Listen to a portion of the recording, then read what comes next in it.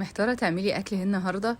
يلا أقولك صينية البطاطس الرهيبة دي مع الفراخ اتعملت ازاي. أول حاجة بنجيب قطع الفراخ الوراك بعد ما ننقعها كويس في محلول الملحي.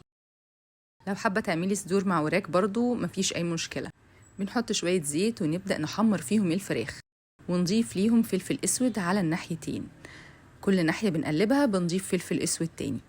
بنسيبهم بقى يتحمروا كده على جنب، وباجي بقى علشان اقطع الخضار اللي هنعمل بيه احلى صينيه بطاطس. بنقطع البطاطس لشرايح كده عريضه، والطماطم والفلفل الاخضر والبصل بنقطعهم جوليان.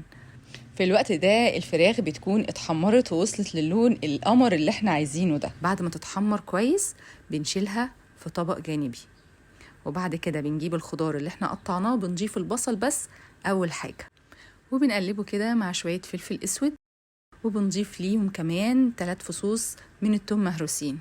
مجرد ما البصلة كده تدبل مع التوم بنضيف الفلفل الأخضر مع الطماطم. أنا بفضل إن أنا أقطع الطماطم مكعبات، وبعد كده بضيف البطاطس وبحط عليها كمان مرقة دجاج، وبعدين بظبط مقدار الملح وبنضيف المية. برجع بقى وراك الفراخ وبحطها في الصينية. بندخل الفراخ وسط البطاطس مع الشوربة بالخضار دي كلها علشان تشرب من الصوص، وخلاص كده مجرد ما بتغلي بقت جاهزة علشان ندخلها الفرن على طول. طبعا بنكون مسخنين الفرن وهي بتستوي. يلا نعمل شوية رز بالشعرية.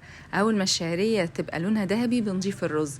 كل كوباية رز عليها 1.5 كوباية من المية بنحطها مغلية، وكل كوباية رز عليها معلقة صغيرة من الملح.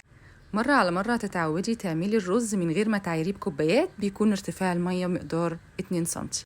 بعد ما يتشرب الرز بنهدي عليه على الآخر، وبعد كده خلاص بيستوي الرز. بنغرفه، وبعد كده بتكون خلاص الصينية بتاعتنا استوت.